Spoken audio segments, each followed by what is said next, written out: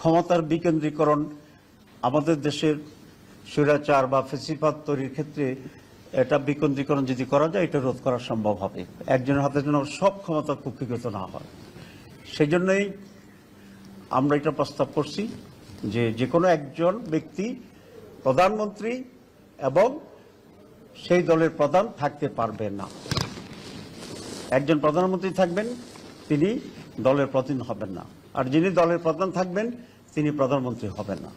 এরকম উদাহরণ পৃথিবীর বহু দেশে আছে। আমাদের পাশের দেশ যে ভারত, সেই ভারতে তো এটা বারবারই প্র্যাকটিস। আপনারা জানেন, সোনিয়া গান্ধী যখন কংগ্রেসের সভাপতি তখন মনমোহন সিং ছিল রাষ্ট্রের প্রধানমন্ত্রী।